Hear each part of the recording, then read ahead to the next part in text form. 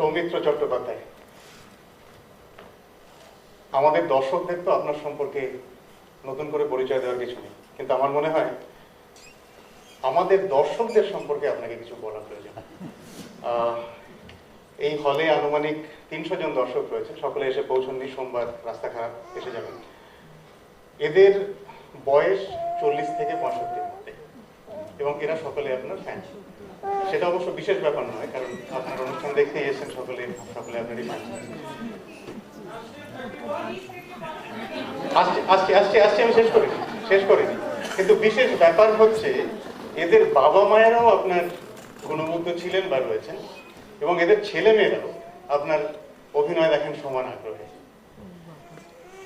আমি film স্ট্যাটিস্টিক্সের expert নই, কিন্তু না জেনেই বলা যায় ভারতবর্ষের ফিল্মের ইতিহাসে তো বটেই, পৃথিবীর ইতিহাসেও বোধহয় এরকম নজির হয়তো নেই, বা থাকলেও খুব বেশি নয়। সৌমিত্র চট্টোপাধ্যায় আপনার 3 প্রজন্মের দর্শকদের তরফ থেকে, আমাদের বেঙ্গলি সোসাইটির তরফ থেকে গুরগাঁওতে আপনাকে স্বাগত জানাই এবং অভিনন্দন জানাই। 50 বছর, আর আমাদের অনুষ্ঠানের দৈর্ঘ্য 1 ঘন্টা 100 ঘন্টা।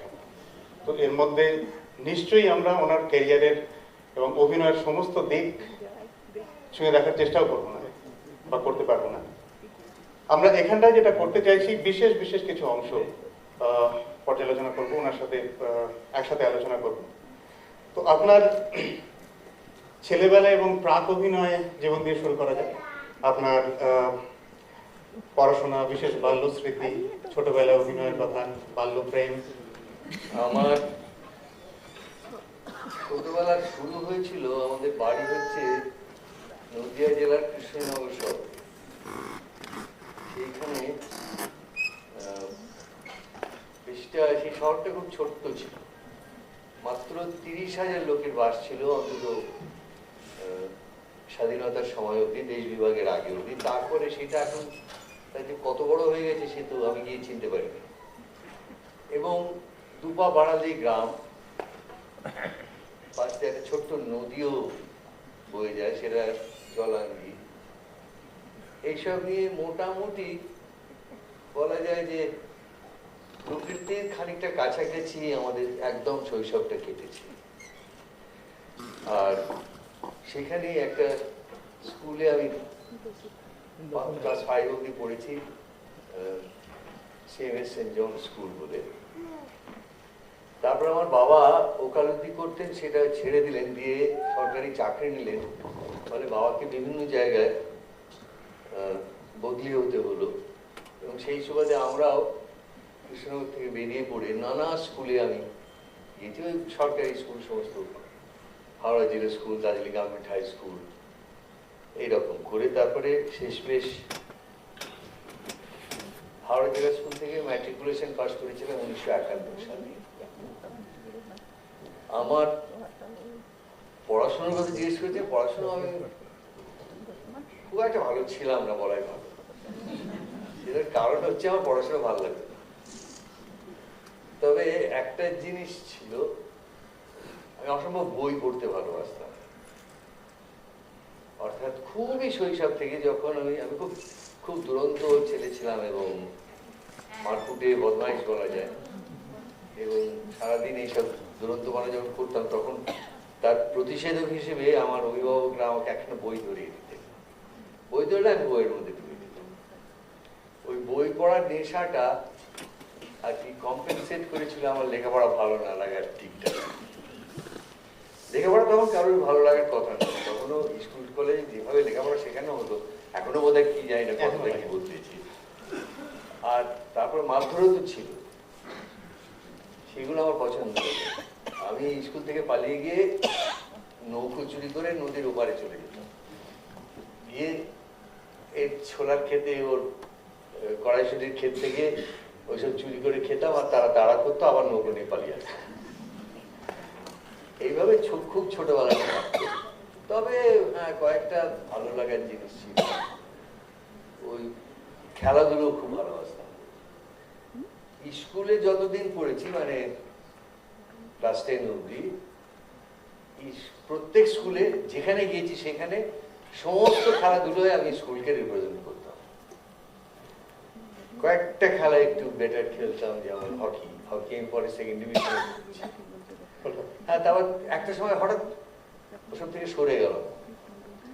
আসলে কলেজে উঠে কলকাতায় বাস করতে এলাম, এবং কলকাতা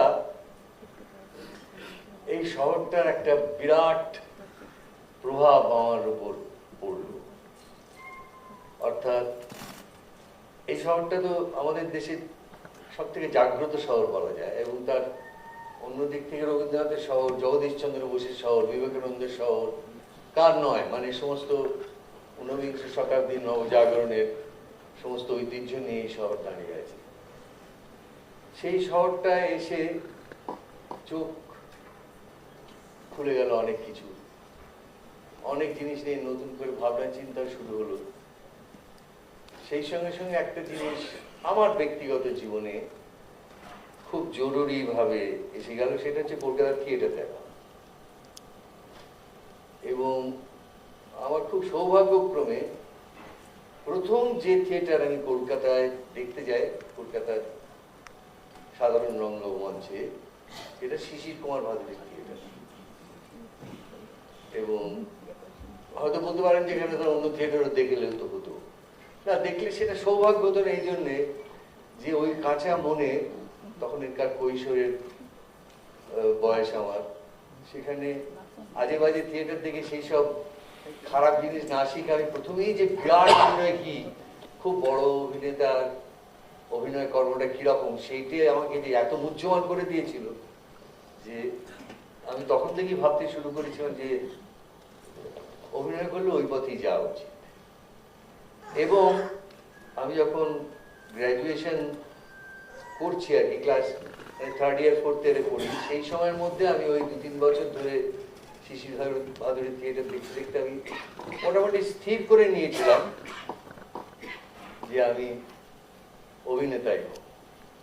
এবং সেই জন্যই ইন্টারমিডিয়েটে সায়েন্স পড়েছিলাম, সে তার থেকে একেবারে উল্টে গিয়ে বাংলায় অনার্স নিয়ে গ্র্যাজুয়েশন করি।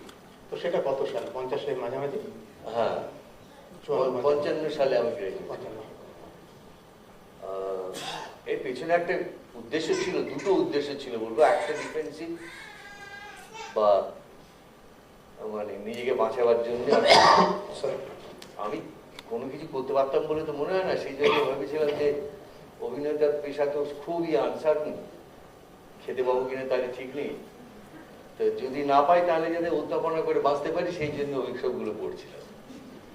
কিন্তু আর একটা গূঢ় ইচ্ছা ভিতরে ভিতরে ছিল, সেটা এই ভেবেছিলাম, আমি এমনিতে এখানে জিনিস দেখলাম দেখেনি, আমি ইংরেজি সাহিত্য নিয়ে পড়েছি না, আমি ইংরেজি সাহিত্য নিয়ে কোনোদিনই পড়িনি, মানে প্রাতিষ্ঠানিকভাবে পড়িনি। কিন্তু এটা স্বীকার করতে বাধা নেই যে আমি তখনও অবধি যা বেশিরভাগ পড়তাম তা ইংরেজি সাহিত্য, ইংরেজির মাধ্যমে বিশ্ব সাহিত্য, এইসবে বেশি পড়তাম।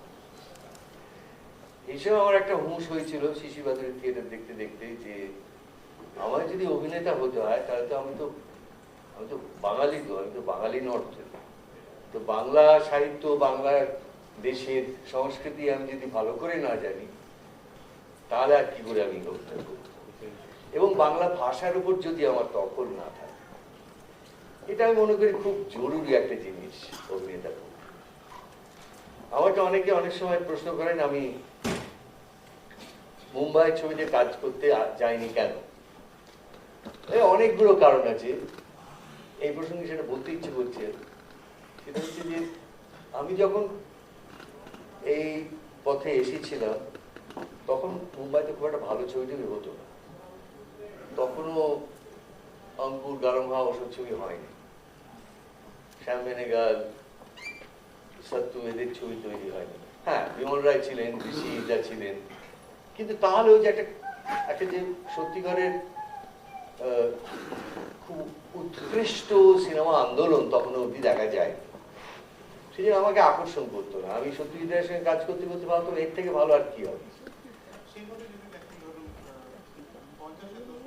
আপনি যখন অভিনয় করছেন তখন তো বাংলা সিনেমারও সেরকম 50-এর দশকে তো অনেক কিছু, আমি সিনেমা আসার আগে তো অনেক কিছু ঘটে পথের গেছে। পাঁচালীর আগে বলছি। পথের পাঁচালী হয়েছে, অপরাজিত হয়েছে, পরশপাদর হয়েছে, মানে তখন তো সত্যজিৎরা এসে গিয়েছে, তখন তো তপন সিংহ এসে গিয়েছেন, তখন তো ঋত্বিক ঘটক এসে গিয়েছে। তো তাহলে কি আপনার সেটা তো বাংলা সিনেমার স্বর্ণযুগ এসে গিয়েছে। তো আপনার ফিল্মের ইন্টারেস্ট কি এ সমস্ত হওয়ার পরই? তার আগে পথের পাঁচালী দেখে আমার মনে হয়েছিল যে হ্যাঁ, তাহলে তো সিনেমাতে অনেক কিছু হতে পারে। তার আগে খুবই বোকার মতন আমার খুব নাক তোলা সব ধারণা ছিল সিনেমা সম্পর্কে। এটা ওই আজে বাজে হাজিবাজি বাংলা ছবি, এমনকি হিন্দি ছবি দেখতে দেখতে মনে হতো এটা কোনো মাধ্যমই নয়, এখানে কিছু করার নেই। খুব খুব ভুল ধারণা ছিল। কি করব, তখন অব্দি সব কিছু জানা হয়নি, বোঝা হয়নি। পথের পাঁচালী দেখার পর সেই ধারণাটা প্রায় রাতারাতি বদলে গেল।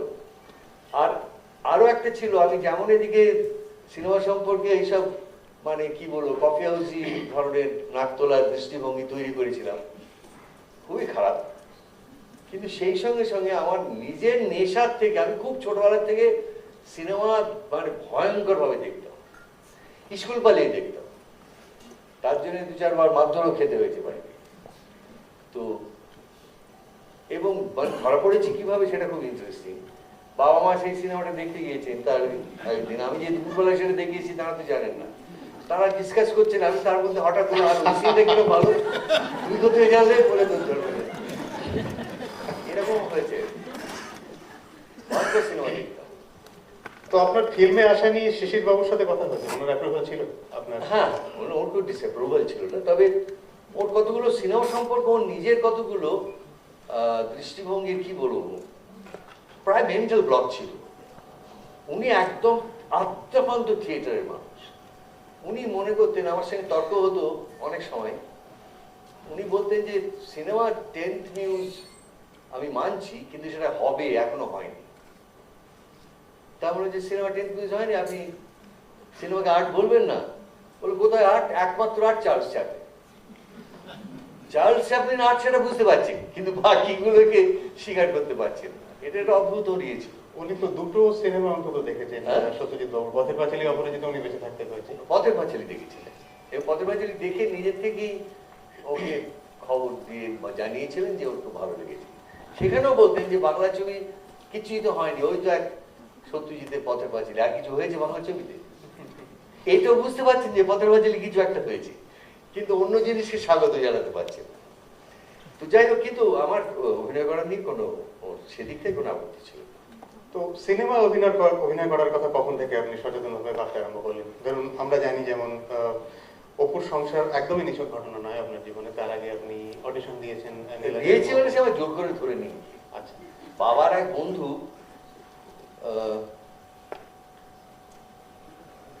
ওই যে মোহিনী মিলসের দুর্গা চক্রবর্তী আর কি, তিনি একদিন হঠাৎ, আমি ব্রেকফাস্ট খাচ্ছি, সকালে এসে বললেন যে ওঠো ওঠো ওঠো ওঠো ওঠো ওঠো, জামা কাপড় ছেড়ে এসে আমার সঙ্গে এদিকে যাবে। কোথায় কি বৃত্তান্ত বলতে বলতে ততক্ষণে আমি উঠে জামা কাপড় ছেড়ে নিয়েছি। কোথায় না কি একটা বোধহয় নীলাচল মহাপ্রভু নাকি কি ছবি অডিশন, একদম মানে তারা নায়ক খুঁজছে, আমাকে নিয়ে যাবে। আমি আর কি বলবো, বাবাকে বললাম যে কি আমি যাবো? তখন তো ভদ্রতার একটা ব্যাপার আছে। বললাম হ্যাঁ, দুর্গা বলছে কেন যাবে না, যাও। আমি নিয়ে গিয়ে সারাদিন বসিয়ে রেখে রেখে তারপরে দেখা গেল যে আমি যথেষ্ট ভালো নই, উপযুক্ত নই, সেই জন্য আমাকে গ্রহণ করা হয়। এ নিয়ে বড় একটা মজার ঘটনাও ঘটেছিল।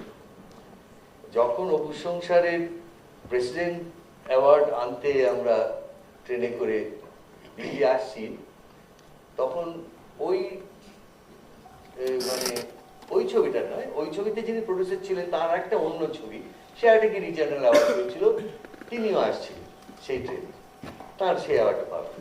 তিনি বারবার সত্যজিৎকে বলছিলেন, জানেন তো আমি প্রথম ওকে দেখেছিলাম, এসব। সত্যজিৎ খানিকক্ষণ পরে বিরক্ত হয়ে বলেন, আপনি তো ওকে রিজেক্ট করেছিলেন। সেইসব ব্যাপারে হয়। যাই হোক, সেটা কোনো সিরিয়াস ব্যাপার নয়। আমার উনি যদি হয়তো যদি আমার নির্বাচন করতেন তাহলে আমি করতাম কিনা সন্দেহ আছে, তখনও আমার সেই না কুচু ব্যাপারটা ছিল। পথের পাঁচালী দেখার পর আমার সমস্ত ধ্যান ধারণা পাল্টে গেল। আপনি সত্যজিৎ রায়ের কাছে কি করে পৌঁছলেন? সেটা বলছিলাম, ওর দ্বিতীয় ছবি অপরাজিতর আগে আমার সঙ্গে আমার এক বন্ধু, আমার সহপাঠী, তার বন্ধু ছিল ওর এক সহকারী নিতাই দত্ত, পরে যে দুদিনখানা ছবিও করেছে, তার মধ্যে দুটো একটা খুবই ভালো ছবি, একটা শেষ প্রহর আর একটা বাক্স বদল বলে, সব সুন্দর ছবি। তো সেই একদিন আমি ওই কফি হাউসে আসবো বলে আমি মির্জাপুর স্ট্রিটে থাকতাম, সেখান থেকে বেরিয়ে আসছি, দেখি ওই ছেলেটি আসছে, আমার যে বন্ধু, সে আজে বাজে কথা বলে আমায় আটকে রাখছে। তো আমি কি ব্যাপার বলতো, তো বললো যে শোন, তোকে বলি, ওই ও পাশে ফুটপাতে দেখে একজন আমার দেখছে, আমাদেরই বয়সী ছেলে, বললো ও হচ্ছে সত্যজিৎ রায়ের অ্যাসিস্ট্যান্ট, তোর তো খুব সিনেমা সম্পর্কে তো খুব খারাপ ধারণা, তুই তো থিয়েটার করতে চাস, কিন্তু তুই যাবি সত্যজিৎ রায়ের, ওরা অপু খুঁজছেন কলেজের অপু, কিশোর অপু, তুই করবি? তখন আমার যদি ওর যদি কাজে লাগে আমি করতে পারি, আমি তো পথের পাশে দেখেছি। তক্ষুনি সেইখান থেকেই বাসে ওঠা হলো, উঠে সত্যজিৎ রায়ের বাড়িতে গিয়ে পৌঁছলাম, উনি যে বাড়িতে থাকতেন তখন। তা উনি বসে কথা বলছিলেন তার সঙ্গে, আমি ঘরে ঢুকতে কোন রকম আলাপ পরিচয় হওয়ার আগেই উনি বললেন, এ হে, আপনি যে বড্ড লম্বা হয়ে গেলেন। আমি কিন্তু তাই দিয়ে একদম মুগ্ধ হয়ে গেলাম। আমরা ছোটবেলা থেকে যেরকম ভাবে ভাবি আর কি, যে একটা মানুষ তার কাজের মধ্যে এত মগ্ন হয়ে থাকে যে ওসব ফর্মাল আলাপ পরিচয় ওসবের ধার ধারে না। প্রথমে আমি দেখি এ আপনি যে বড্ড লম্বা হয়ে গেলেন, তারপরে নিজেকে সংশোধন করি, না না আসুন আসুন বসুন বসে। তারপরে আমার সঙ্গে অনেক কথা বললেন মানে অনেক পরে বুঝতে পেরেছিলেন যে ওটা ওর মানে নির্বাচন পদ্ধতি আর কি। উনি যত না বলতেন, এমন ভাবে কথা বলতেন, এমন প্রশ্ন করতেন, এমন ধরনের প্রস্তাবনা করতেন যে এসেছে তাকে অনেক কথা বলতে হতো, যার থেকে উনি অ্যাসেস করতেন যে তার ডিকশন কিরকম, তার গলারাজ কিরকম, তার ব্যক্তিত্বটা কিরকম, তার বাংলার ওপর দখল কতটা। এটা পুরো ভয়ঙ্কর জরুরি দরকার ছিল। আজকালকার জেনারেশনে যেখানে অনেকেই মানে বাংলাটা খুব ভালো করে বলতে পারে না, বা যাদের মুখে বাংলা শ্রুতিযোগ্য নয় প্রায়, তাদের পছন্দ করতে পারতেন, মানে অভিনেতা হিসেবে। যাই হোক, সেইভাবে উনি বুঝে নিতেন, সেটা আমি তখন বুঝতে পারিনি। তারপরে উনি আরো সব লোকজন এলো, তাদের পাশে আমার দাঁড় করিয়ে আমাকে কতটা হাইট কি মাপলেন টাপলেন, তারপরে না আপনি বড্ড বড় হয়ে যাচ্ছেন, আমার আরেকটু কম বয়সের কিশোর বয়স লাগবে, তার মানে আমি আপনাকে এনে দেখাবো কিছু ছেলে। বললো হ্যাঁ নিয়ে আসুন। তা আমি ৩-৪ জন আমার চেনাশোনা ছেলেকে তারপরে কয়েকদিন ধরে নিয়ে যেতে লাগলাম, তাদেরও ওর পছন্দ হলো। তারপরে অপরাজিততে এই সম্প্রতি প্রয়াত হলেন শরণ ঘোষাল, তাকে ওই চরিত্রটার জন্য নির্বাচন করেছিলেন। অপরাজিত তারপরে তো মুক্তি পেল এবং ভেনিসে গোল্ডেন লায়ন পেল। সেই সবের পর ওই ভেনিসেই উনি প্রেসের কাছে বললেন যে উনি এরপরে তৃতীয় ভাগটিও করবেন, ট্রিলজিটা কমপ্লিট করবেন যুবা কবুকে। এবং এখানে এসে আমাকে মাঝে মাঝে খবর পাঠান, ওই কফি হাউসে ওর আরো দু একজন ছিল, তারা এসে বলতো, আমি কিন্তু বিশ্বাস করতাম না। আমাকে তো উনি নির্বাচন করেননি, আবার আমার ডাকবেন কেন? না না তুমি যাও, তোমাকে দেখতে চেয়েছেন। সেই সময় চিকেন বক্সের পরে ওই সুবীর হাজরা ওর অ্যাসিস্ট্যান্ট ছিল, সে এসে আমার বাড়িতে ছিল, উনি খুব জরুরি তোমায় দেখতে চান। ঠিক আছে, আমি ওর বাড়িতে ঢুকে আবার ওই ধরনের কথা, ঘরে ঢুকলাম, কই সবাই যে বললো অনেক দাগ হয়ে গেছে, তা তো হয়নি। তো যাই হোক, তারপর থেকে উনি বললেন আপনার এখনো আগ্রহ আছে অভিনয়? হ্যাঁ অভিনয় তো আগ্রহ আছে, আমাকে আপনাকে হয়তো একটু আমার দরকার লাগবে, এই সব বলতে বলতে তারপর যাই হোক উনি ওর সঙ্গে যোগাযোগটা রাখতে বললেন, যেতে বললেন। তারপরে বললেন যে আমি একটা ক্যামেরা টেস্ট আপনার নেব। তখন আমি অল ইন্ডিয়া রেডিওতে চাকরি করছি, আপনার কখন থাকে আমি একটু আপনার গলাটা শুনবো। গলাও শুনলেন, টেস্ট নিলেন। টেস্টে কিন্তু যতদিনে নিলেন আমি তো বুঝতে পারিনি, তখন ওর আমাকে নেওয়া হয়ে গেছে, কাগজে টাগজে সব অ্যানাউন্সমেন্ট হয়ে গেছে। তারপর কেন টেস্ট নিলেন সেটা আমি পরে ভেবে বুঝতে পেরেছি। ওটা ওর কোনো দরকার ছিল, ওটা আমার জন্য। আমি যাতে ক্যামেরার সামনে ভয় টয় না পাই, আমি যাতে আমার উপকার হবে, টেস্ট নিয়ে সেইভাবে শুরু হলো আর কি। এখানটা একটু দাঁড়াবো সৌমিত্র দা, একটু দাঁড়িয়ে একটা ছোট্ট ছবি দেখবো। এবং তার আগে অবধি কোনোদিন যা করেননি আমার ক্ষেত্রে করেছিলেন। তার কারণ উনি কখনো কোনো যুবক মানে প্রেম বা এসব বিষয় নিয়ে, যুবকের প্রেম, তার বিবাহ, নরনারী সম্পর্কে এসব নিয়ে তার আগে অবধি তো কোনো ছবি করেননি। সেই জন্য উনি একটু সচেতন ছিলেন বোধহয় আমাকে তৈরি করার ব্যাপারে। উনি আগেই আমাকে একটা স্ক্রিপ্টের কপি দিয়েছিলেন, ফার্স্ট ড্রাফট, সেটা পড়তে বলেছিলেন। আমি আমার দিক থেকে কতগুলো প্রিপারেশন নিজের মতন করে করছিলাম, খানিকটা কনস্টান্টিন স্তানিস্লাভস্কির পদ্ধতিতে আমি একটা সাইকো বায়োগ্রাফি মতন তৈরি করেছিলাম। ওই স্ক্রিপ্টে যা আছে সেটিকে বেস করে স্ক্রিপ্টে যা নেই সেই সব সময় অপু কি করছিল, কেন করছিল, কোথায় ছিল, তার রিলেশনশিপসগুলো কিরকম, এইসব নিয়ে একটা সাইকো বায়োগ্রাফি আমি তৈরি করে ডায়েরির ফর্মে লিখতাম আর ওকে দেখাতাম। এবং উনি তো ছেলে মানুষই বলে উনি উড়িয়েও দিতে পারতেন।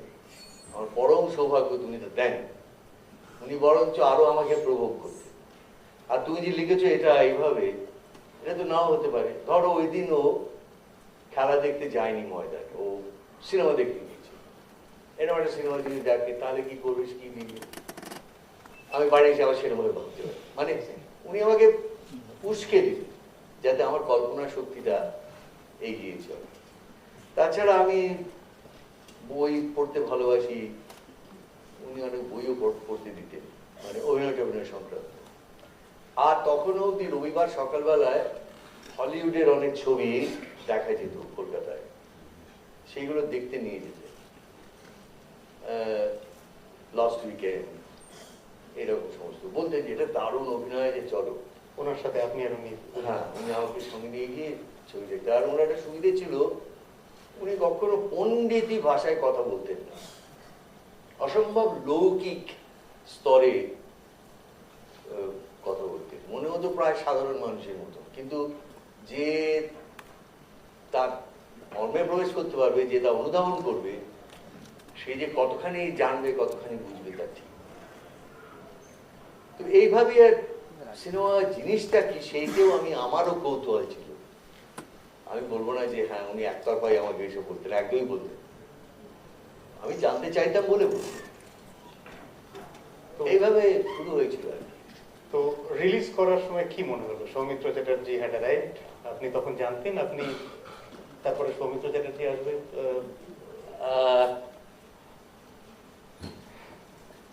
আমার ছোটবেলা থেকে কোনো জিনিসে নিজের উপর কনফিডেন্স নেই,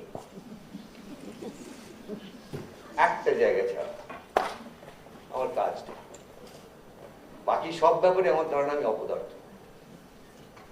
সেই জন্য আমার কোথাও বিশ্বাস একটা ছিল যে এই কাজটা আমি এমন একটা দক্ষতার সঙ্গে অন্তত না পারি, এমন একটা আন্তরিকতার সঙ্গে করতে পারবো যা লোকের চোখে পড়বে, এই অবধি ভাবতাম। আমি একটা কবিতা বেছে রেখেছি আপনার জন্য, শেষের কবিতার কবিতা। আমার মনে হয় এই প্রসঙ্গে খুব অ্যাপ্রোপ্রিয়েট হবে। আপনি রেকর্ডও করেছেন এটা, এইটে একটু আমরা শুনি আপনার থেকে।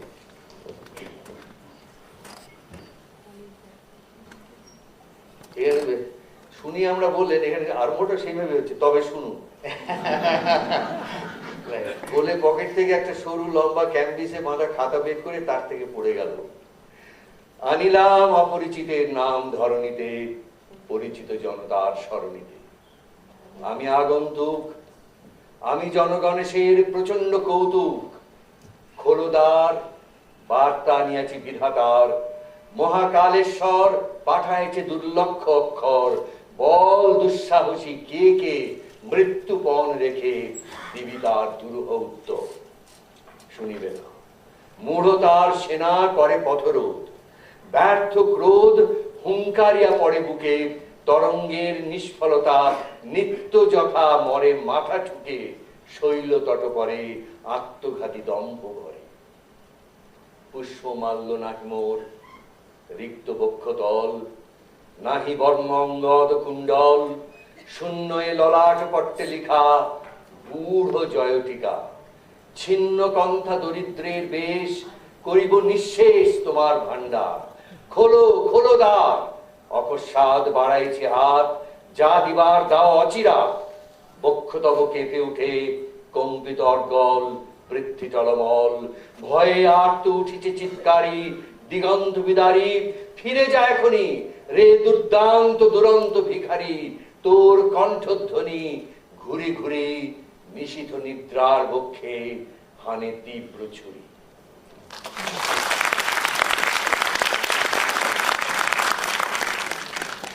সত্যজিৎ রায় প্রসঙ্গে আর একটু কথা। সত্যজিৎ বাবুর ক্যারিয়ারের প্রধানতম অভিনেতা আপনি। আমরা যদি অপুর সংসার থেকে শাখা প্রশাখার মধ্যে দেখি, এর মধ্যে উনি ফিল্ম করেছেন 25টি, তার মধ্যে 15টি সিনেমার প্রধান চরিত্র আপনি। এটা একদিকে যেমন অভিনেতা হিসেবে বিরল সৌভাগ্য, অন্যদিকে আপনার নিজস্ব অভিনয় ক্ষমতার বিস্তৃতি এবং গভীরতার রেকগনিশন হবে। তো সত্যজিৎ বাবুর সাথে সম্পর্ক কি আপনি খানিকটা বলেছেন, এবং আপনার সাম্প্রতিক বিকাশে সত্যজিৎ বাবুর ভূমিকাটা ঠিক কি? এখন দেখুন, দুজন মানুষ যদি এই কর্মক্ষেত্রে, ব্যক্তিগত জীবনে তো পিতামাতা আছেন, অনেক সময় অনেক বন্ধু আছে, বা আপনার সহধর্মিনী আছেন যারা আপনার মনোগঠনে বিরাট ভূমিকা রাখেন। কিন্তু কর্মক্ষেত্রে আমার আগেই বলেছি, আমার সৌভাগ্যের কথা, আমি শিশির ভাদুড়ির সংস্পর্শে আসতে পেরেছিলাম। কিন্তু তাকেই আমি গুরু বলে মনে করেছিলাম। অভিনেতার কি হওয়া উচিত, অভিনেতার কি করা উচিত, অভিনয় জিনিসটার মর্মার্থ কি, অভিনয় কি উদ্দেশ্যে, কি লক্ষ্যে ধাবিত হয়, এগুলো তাকে দেখে শিখেছিলাম, ফান্ডামেন্টালস গুলো। তারপরে আমার চূড়ান্ত সৌভাগ্যটা দেখা দিল যখন সত্যজিৎ রায়ের সঙ্গে কাজ করতে এলাম। তিনি শুধু একজন অগ্রজ বন্ধুই ছিলেন না, আমাকে পরিচালনাই করেছেন তাও নয়, তিনি প্রায় আমাকে তৈরি করেছেন বলা যায়। হি ওয়াজ মাই মেন্টর।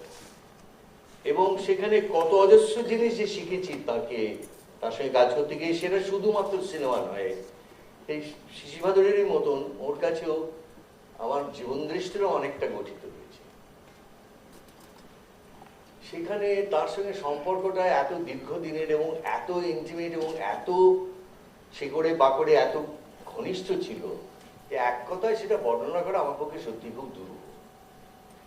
এইটুকুন বলতে পারি যে তার মতন মহাপ্রতিভাবান মানুষের সংস্পর্শে এলে, অন্তত একজন সচেতন মানুষ, সে তো প্রতিনিয়ত শেখে, ডেভেলপ করে, তার বিকাশ হয়, তার বিরাট ব্যক্তি হয়, সবই হয়। কিন্তু তিনি আজকে চলে তো গেছেন অনেক বছর, 92 সালে চলে গেছেন। আমার কিন্তু মনে হয় না যে আমার কাছে তিনি নেই। প্রায় প্রত্যেক দিন আমি তাকে স্মরণ করি, মানে আবেগের বস্তু দিয়ে না, কোন একটা জিনিসে ভাবি যে আচ্ছা এই জিনিসটা কি করে ওরকম মহৎ ভাবে ভাবতে পেরেছিলেন, এই শটটা কি করে নিতে পেরেছিলেন, কি করে আমাকে ওই নির্দেশটা দিতে পেরেছিলেন, কেন উনি এই শিল্পকর্মটাকে এত বড় বলতেন। এইভাবে আমি তাকে প্রতিদিন রিডিসকভার করি। আজ I believe there he is more than anything, more than a friend, more than a mentor. He had been one of the greatest inspiration in my life.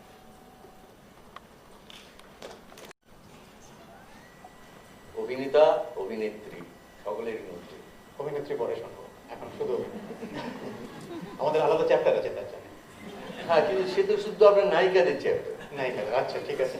আপনি তো সেখানে বলেননি যে আমি রাজলক্ষ্মী দেবীর কাছে এটাই শিখেছি। আমি এইটুকুন বলতে পারি, ছবি বিশ্বাস, তুলসী চক্রবর্তী, এইরকম বিরাট মাপের অভিনেতাদের সঙ্গে যখন কাজ করেছি, আমি কত গিয়ে যে শিখেছি তার ঠিক।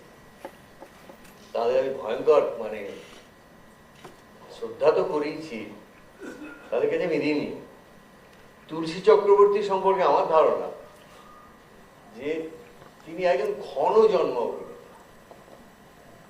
ক্লাস 3 অবধি তার প্রাতিষ্ঠানিক পড়াশোনা ছিল।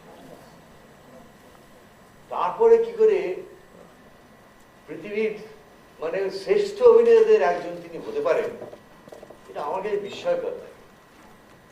Probably he could grow into one because he was trained in the University of Life. জীবনের এত অভিজ্ঞতা তার, এত রকম জিনিস দেখেছেন এবং সেটাকে সঠিকভাবে গ্রহণ করেছেন, তাই কি বোধহয় অত বড় অভিনেতা হয়েছিল। এরা আমার প্রিয় অভিনেতা। ভানু জহর আমার অসম্ভব প্রিয় অভিনেতা।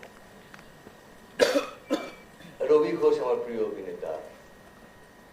ওদিকে উত্তম কুমার আমার সব থেকে প্রিয় নায়ক ছিল। আমরা আসবো হ্যাঁ, সে প্রসঙ্গে আসবো একটু পরে। হ্যাঁ, সেহেতু পরে লিখতে হবে। এদের কাছ থেকে অনেক কিছু শিখেছি, এদের দেখতে দেখতে, ওয়াচ করতে করতে, কাজ করতে করতে। তো আমার বেশিরভাগ প্রিয় অভিনেতা হচ্ছেন চরিত্র অভিনেতা আর নইলে কমেডিয়ান্স।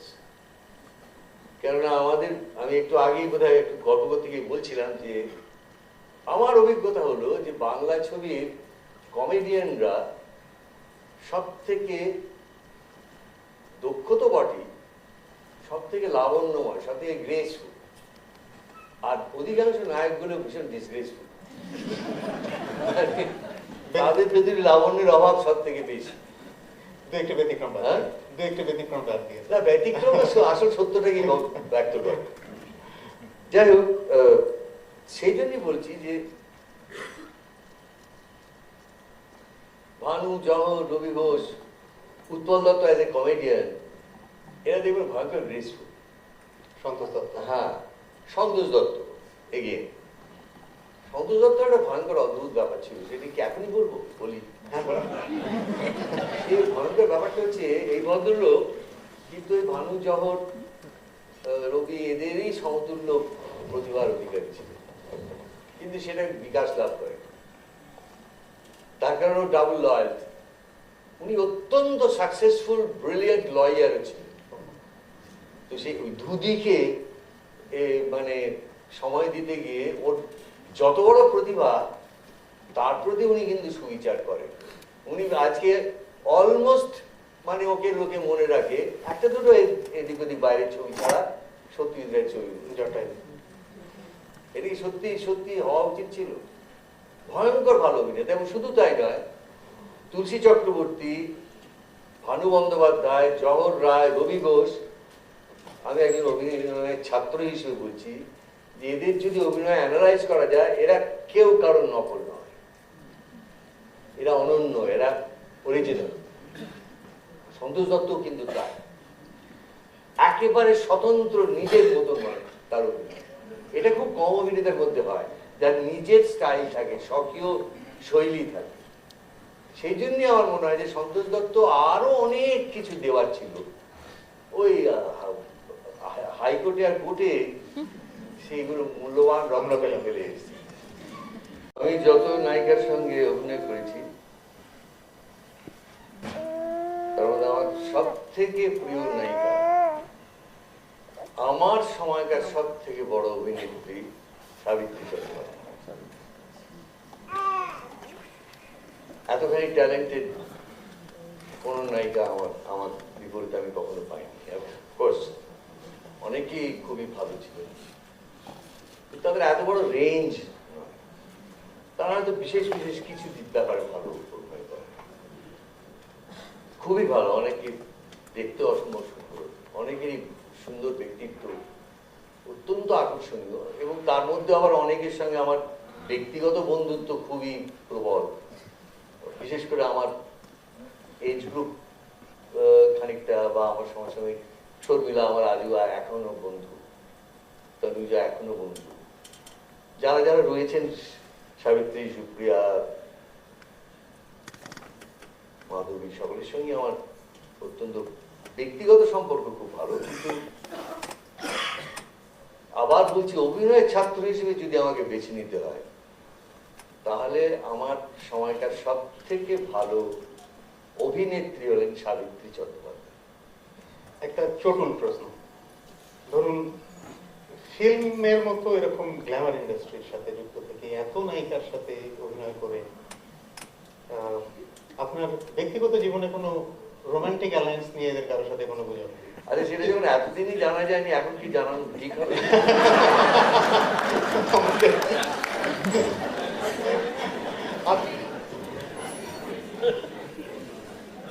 আর এ আমার ভাগ্য সবাই জানতে পেরে যায়নি, কিংবা হয়তো very discreet কাউকে জানতে দিই। Well kept secret. হ্যাঁ, সেটা হতে পারে। যাই হোক, সেটা ব্যাপার নয়। আরো একটা জিনিস, এমনকি ধরুন আচ্ছা, এটা অভিনেতাদের সম্পর্কে এই যে প্রশ্নটা তৈরি হয়, আমার কিন্তু আমি যত এই ধরনের অ্যালায়েন্সেস, রোমান্টিক অ্যালায়েন্সেস এর খবর জানি যেগুলো অনুমোদিত নয়, সেগুলো সবই অভিনেতাদের বাইরে, অন্যান্য প্রফেশনে। আরো একটা জিনিস, আরো একটা অবজারভেশন, আমি যদি আপনার ফ্যানেদের কথা চিন্তা করি, ছেলে এবং মেয়েদের মধ্যে আপনার মধ্যে কাদের সংখ্যা বেশি, ছেলে না মেয়ে? নেই। আমি এখনো তাদের চিনি করে। আমি ৭৪ বছর বয়স।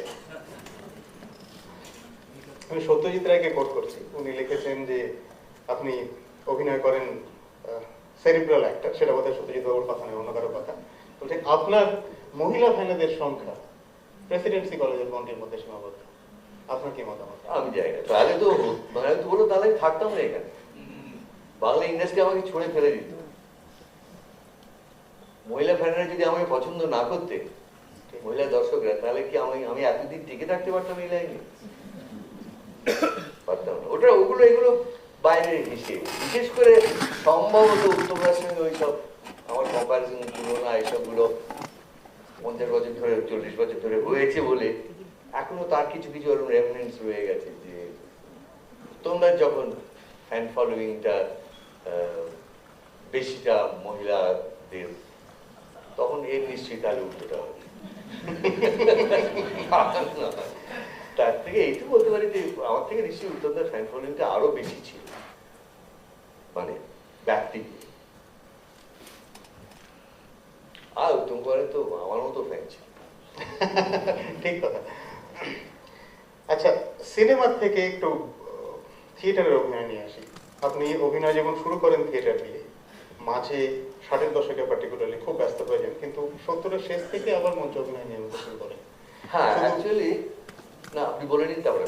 শুধু অভিনয় নন, তারপর থেকে আপনি নাটক লিখতে আরম্ভ করেছেন, পরিচালনা করেছেন, মঞ্চসজ্জা করেছেন। এত ব্যস্ত থেকে এবং এত সফল হওয়া সত্ত্বেও কিসের প্রেরণা থেকে আপনি মঞ্চ অভিনয়ের দিকে একটা তো খুব সোজা হিসেবে, থিয়েটার আমার প্রথম প্রেম।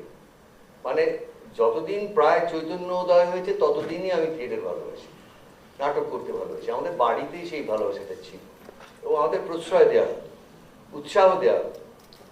বাড়িতেই তক্তপোষ খাটিয়ে মা শাড়ি দিয়ে উইংস করে, বাবা কাকার সিগারেটের রাংটা কেটে মা মুকুট বানিয়ে দিত, সেই করে আমার ছোটবেলা থেকে অভিনয় করছি। এবং সেটাতে থিয়েটারের প্রতি আমার ফিরে যাওয়াটা তো অনিবার্য ছিল। ফিরে যাওয়া মানে প্রথম 1958 সাল থেকে 1960-এর দশকের মাঝামাঝি 7-8-10 বছর হয়তো আমি পারিনি থিয়েটারে ফিরতে। তখন এত প্রবলভাবে সিনেমা এসে গেছিল আমার জীবনে, কিন্তু আমার ভয়ঙ্কর কষ্ট হতো। সেই জন্য যাতে থিয়েটারে ফিরতে পারি, তার জন্য আমি অভিনেত্রী সংঘ থেকে এমনকি একটা নিজের ছোটখাটো দল করেও অভিনয় করা আবার শুরু করেছিলাম। এবং 1970-এর দশকের পরের দিকে গিয়ে পাকাপাকি আবার মঞ্চে ফিরতে পারলাম। 1964 সালে একবার এসেছিলাম রঙ্গমঞ্চে শুদ্ধ অভিনয় করে, কিন্তু তাও পারিনি থাকতে। সেটা পারিনি তার কারণ সেই থিয়েটার আমার পছন্দসই ছিল না। আমি যে থিয়েটার করতে চাই সেই থিয়েটার করবার কি বলবো সুযোগ নিয়ে আমি 1978 সালে নাম গ্রহণ করি। তারপর থেকে আর তো প্রায় ওই কখনো ব্রিফলি হয়তো যখন পারিনি কোনো কাজের জন্য বা কোনো থিয়েটার ডাকছে না, এরকম খুব খুব অল্প সময়ের জন্য বাইরে থাকা ছাড়া আমি তো আজ পর্যন্ত ক্রমাগত থিয়েটার করে যাচ্ছি এবং থিয়েটার যাদের দেখে করতে এসেছিলাম মানে নিজের কি বলবো নেশাটাকে আরো বড় আকারে ডেভেলপ করার চেষ্টা করেছিলাম, তাদের মধ্যে একজন তো নিশ্চয়ই একদিনকার সর্বোত্তম ছিলেন শিশির কুমার বাগ। তো তাকে দেখি তো নাটক পুরোপুরি ডিরেক্ট করা, একটা প্রযোজনা তৈরি করা, এসব ভেবেছি। আর ওই আর একটা লোকের সংস্পর্শ সত্যজিৎ রায়, তাকে দেখে ভাবতাম যে সবকিছু আমি মানে কি বলবো দায়িত্ব নেব, সবকিছুর মধ্যে দিয়ে নিজের একটা সমগ্র কিছু তৈরি করার বাসনাটা পূরণ করব। সেই জন্য সেট বানিয়েছি, এমনকি মিউজিক কম্পোজ করেছি আমার থিয়েটারের জন্য, নাটক লিখেছি, নাটক অনুবাদ করেছি, নাটক অ্যাডাপ্টেশন করেছি। নাটক অনুবাদ অ্যাডাপ্টেশনের বিষয়ে একটা খুব প্র্যাকটিক্যাল ব্যাপার ছিল করার, তার কারণ ভালো নাটক পছন্দ মতো নাটক পাই না বলে পেতাম না বলে। প্রত্যেক বাবু তাই বিদেশি নাটকের দিকে। আমার এই মনোজ মিত্র নামক একটি লোক আছে, তাকে আমি শালা বললে সে কিছু বলতে পারে না, কেন সে আমার স্ত্রীর ক্লাস ফ্রেন্ড। তার কাছ থেকে একখানে নাটক খেতে আমার 10 বছর লেগেছে, আপনি জানেন। মনোজ একটা লিখে দাও, মনোজ একটা লিখে দাও করতে করতে অবশেষে 10 বছর বাদে আমি দর্পণের সর্বশেষ তার কাছ থেকে পেয়েছি। অতএব আমাকে আমার চাহিদার জন্য আমাকে নাটক লিখতে হয়েছে, নাটকের অ্যাডাপ্টেশন করতে হয়েছে। এবং মনোজরা বেশি অন্য কথা বলে, ওরা বলে যে আমরা আপনাকে লিখে দিলে আপনি তো লিখতেন না, আপনাকে লেখাবার জন্য আমরা এটা করি। যাই হোক, সেই জন্য লিখেছি, করেছি, সবকিছু তাগিদটা সেই থেকে আসে। কয়েকটা ছোট ছোট প্রশ্ন। সৌমিত্র চট্টোপাধ্যায়কে ধরে আপনার প্রিয় অভিনেতা কে? আমার প্রিয়তম অভিনেতা শিশির কুমার বাগ। সৌমিত্র চট্টোপাধ্যায়কে ধরেই বলছি। আর যদি সিনেমা, বাংলা ইন্ডিয়ান সিনেমার প্রিয়তম অভিনেতা বলে, বল্লাল খান। এটাও সৌমিত্র চট্টোপাধ্যায়কে ধরেই বলছি। আমার আসলে জানেন তো একটু উল্টোপাল্টা পাগলাটে কিছু চিন্তা আছে। আমি লক্ষ্যবস্তুগুলো এত উঁচুতে রাখি যেখানে কোনোদিন পৌঁছানো যায়। আমি শিশির ভাদুরীকে সেইখানে বসিয়ে রেখেছি। আমার ইচ্ছে যে জীবনের শেষ দিনে অন্তত একটা তার সমগ্র কোনো অভিনয় করে যাবো। সে তো আমরা বিচার করব। আপনার দ্বিতীয় প্রিয় চিত্র পরিচালক? দ্বিতীয়? প্রথমটা তো জানি আমরা। না, প্রথমটা জানি। আচ্ছা, দ্বিতীয় প্রিয় চিত্র পরিচালক সত্যজিৎ রায়। প্রিয়তম কে? Akira Kurosawa.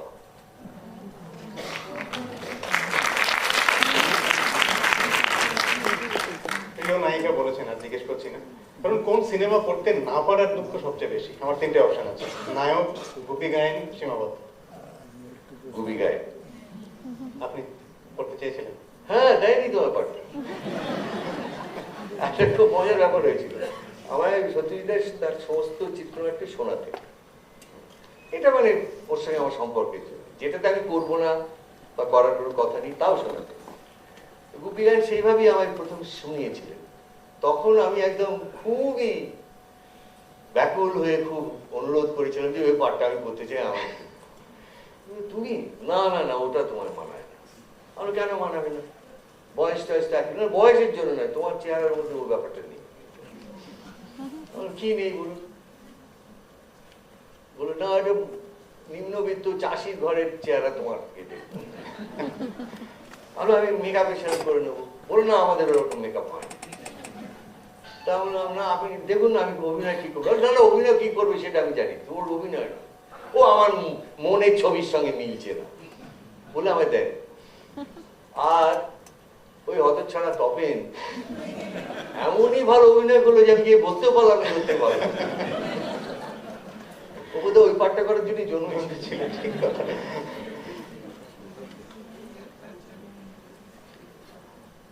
আপনার ক্যারিয়ার যদি আবার করে শুরু করা যায়, না এরকম না, ধরুন পুনর্জন্ম যদি হয়, আপনি মানেন না আমি জানি, আমরা মানি না, পুনর্জন্ম যদি হয় তাহলে কি হতে চাইবেন? সত্যজিৎ রায়, সৌমিত্র চট্টোপাধ্যায়, উত্তম কুমার? আমি যেসব কাজ এই জন্মে করতে পারিনি সেরকম কোনো একটা কাজের কারিগর হতে চাই। যেমন মূর্তি গড়া।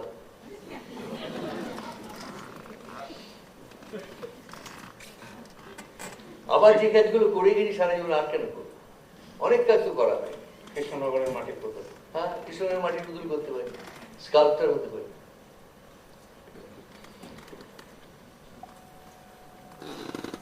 একদম শেষের বিষয়, আমরা আপনার ফিল্ম অভিনয় নিয়ে কথা বলেছি, স্টেজ অভিনয় নিয়ে কথা বলেছি। আপনার আরেকটি প্যাশন হলো কবিতা লেখা এবং আবৃত্তি করা। ক্রমাগত কবিতা লিখেছেন, কবিতার বই ছেপেছে। কবিতার বই প্রথমে ছাপতে চাই, সেখানে কতগুলো ঝামেলা ছিল জানেন। কবিতা লিখছি আমি কৈশোর থেকেই, অভিনয় হয়তো তারও আগের থেকেই করছি, একদম বাল্য বয়স থেকে। কিন্তু ওই স্কুলের শেষের দিক থেকে কবিতা লিখতে শুরু করি। অধিকাংশ বাঙালি তরুণ যেরকম সেই সময় নবোদ্গত, মানে তারুণ্যের তাড়নায় কবিতা লেখে, আমি সেরকমই লিখি এবং খুব খারাপ লিখি। কিন্তু ওই সময় আমাদের একজন ফ্রেন্ড ফিলোসফার এন্ড গাইড একজন ছিলেন, গৌরমোহন মুখোপাধ্যায়। তিনি আমাদের গাইড করতেন এবং তিনি বলেছেন, not a day without a life. আপনি লিখতেন? আমি নিয়মিত, খুব বাজে কবিতা হচ্ছে, মেকানিক্যাল হচ্ছে, তাও প্রত্যেক দিন লিখতাম। এই করে করে একটু আর কি পদে হয়েছি। আর আমার বন্ধু বান্ধব যারা, কফি হাউসের বন্ধু বিশেষ করে শক্তি, সুনীল আবার আমার কলেজেরও বন্ধু, একসঙ্গে ছাত্র ফেডারেশন করতাম। এরা অসম্ভব ভালো কবিতা লিখতো। মোহিত চট্টোপাধ্যায়, ও কেন যে নাটকে চলে গেল, অসাধারণ ভালো কবিতা লিখত। সুতরাং আমার একটা সংকোচও থাকতো কবিতার ব্যাপারে। আর ওই গৌরমোহনই বলতেন যে তুমি নিজেই টের পাবে কখন ছাপানো যায়, আগে থেকে ছাপানোর কথা হলো ভাববে। এইরকম ভাবে হয়। এই শক্তি অনেক সময় বলেছে যে পুলু, আমার ডাকনাম পুলু, পুলু বাবু তুমি ছাপছো না, বই বার করছো না, তোমার অসুবিধা হবে। আমার কিসের অসুবিধা? বলে তুমি বাঁক নিতে পারবে না, এক জায়গায় আটকে থাকবে। তাহলে না, আমার কবিতা এখন ছিল হচ্ছে। ও তো আমাকে কবিতা শোনাতো, আমি ওকে কবিতা শোনাতাম, অনেক দিনের বন্ধু আছে। একদিন হঠাৎ একজন পাবলিশারকে নিয়ে আমার বাড়িতে হাজির হলো, বলে শোনো, একে আমি নিয়ে আসিনি, এ আমার কাছে এসেছে তোমার কবিতার বই বার করতে চাই বলে, আমি শুধু পৌঁছে দিলাম, আর তুমি একে না বলবে না। সেটা কবে? 70 80 আগে, 70 ওইরকম 70-এর শেষের দিকে, মাঝের দিকে। সেই থেকে বই আকারে বেরোনো, এবং ও যে কত সঠিক কথা বলেছিল যে বই বেরোলে তখন পুরনো লেখার দূর, এটা কিছু হয়নি, ফেলে দিয়ে আরেকবার অন্যরকম লিখি, তখন অন্যদিকে মন যায়। তা নইলে নিজের চারপাশেই নিজে আবর্তিত হতে থাকে। তো কি বাকি রইল সৌমিত্রদা? আর কি করার ইচ্ছে আপনার? কি কি হয়েছে তাই তো মনে, প্রচুর হয়েছে, ও আমি মনে রাখতে চাই। তো কিছু হয়নি তো নয়। আমার কি মনে হয় জানেন, মানে এই বয়সে এসে সব থেকে বেশি যেটা মনে হয় সেটা, আমি কি পেলাম, আমার কি হলো না হলো, এগুলো আর ম্যাটার করে না। বিশেষ করে যে এত অজস্র দান মানুষের কাছ থেকে পেয়েছি, তার ওগুলো কার চিন্তা হয় না। আমি কি দিতে পারলাম সেটা খালি বলতে হয়। আমার কাছ থেকে মানুষ কি সেটা ভাবতে গেলে আমার এক এক সময় নিজেকে ভীষণ অসার্থক মানুষ বলে মনে হয়। এক এক সময়, আমি সত্যি বলছি, সব সময় না। নিজের অস্তিত্বটাকেও তো রেশনালাইজ করতে হয়। আমার কিন্তু মনে হয় যে এই কে অকিঞ্চিত কর, শয়ে শয়ে বাজে ছবি করে গেলাম, এই করে গেলাম, সারা জীবন এরই পেছনে ছুটলাম। এটা না করে যদি আমি অ্যালবার্ট শয়েটজারের মতন একটা লেবার কলোনিতে গিয়ে মানুষের সেবা করতে পারতাম, তাহলে বোধহয় সেই জীবনটা সার্থক বলে নিজে মনে হতো। সে তো উপায় নেই, তার কোনো অ্যাক্সেসই আমার নেই। সেই জন্য বিশ্বাস করুন, খুব সত্যি কথা, যে রেশনালাইজ করার কথা বলছিলাম সেটা খুঁজে পেয়েছি। যখন ভাবি যে আর কিছু না, 50 বছর ধরে হয়তো এটি আমার সেবা আপনাদের, আমাদের অভিনয় করা। আর কি বলতে পারি? Absolutely.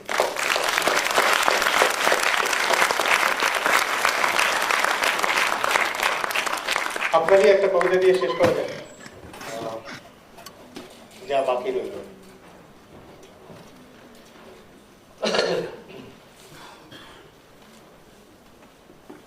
যা বাকি রইল সবটাই লিখে ফেলা ঠিক হবে না, তাহলেই তো শুধু উপসংহার বাকি রইল। কুটকুটে ভোট কম্বলের আসন হাতে কাছা গলায় দিয়ে মৃত্যু এসে দাঁড়াবে। অত চুপচাপ হয়ে যাওয়াটা এখনই লিখতে চাই না। শোক দুঃখের বিজলি চমকাবে, কামনা বাসনার ঘি আগুনের স্মৃতি মনে করে একটু হাসবো বই তো নয়।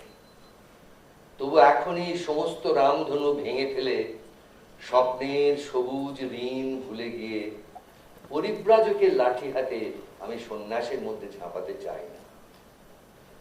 সবটা লিখে ফেলার আগে কচি কাঁচারা রথ টানছে, কাগজের নিশান নাড়ছে, আমি তাদের মধ্যে সন্ত্রাসকে বুড়ো আঙুল দেখিয়ে একটু হইচই করে নিই।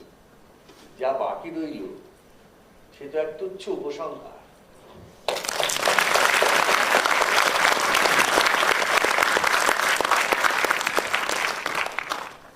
আমাদের আলোচনা শেষ। সৌমিত্রদা, আপনাকে নিয়ে সারা পৃথিবীর বাঙালিদের যে অহংকার, যে গর্ব, সে তো ভাষায় প্রকাশ করা যায় না। আমার ধারণা আপনি বুঝতে পারেন আপনাকে বাঙালি দর্শকরা কি নজরে দেখে, কোন স্থানে বসিয়ে রেখেছে। আমাদের সমস্ত দর্শকদের পক্ষ থেকে আপনার দীর্ঘায়ু কামনা করি। আপনি অনেক দিন থাকুন, সুস্থ থাকুন এবং সৃজনশীল থাকুন আমাদের মধ্যে। আজকে এখানটা আসার জন্য অসংখ্য ধন্যবাদ। আমিও আপনাদের শেষবার আর একবার আমার অন্তরের ধন্যবাদ জ্ঞাপন করছি। আর ওই শেষ কথাটা নেক্সট টাইমে বলবো, আমি তো আর আপনাদের কিছু সেরকম করে কিছু প্রতিদান দিতে পারি না। ওইটুকুন আমি প্রমিস করছি, প্রতিশ্রুতি দিচ্ছি, যতদিন শরীর ঠিক থাকবে, মন ঠিক থাকবে, আমি আপনাদের জন্য অভিনয়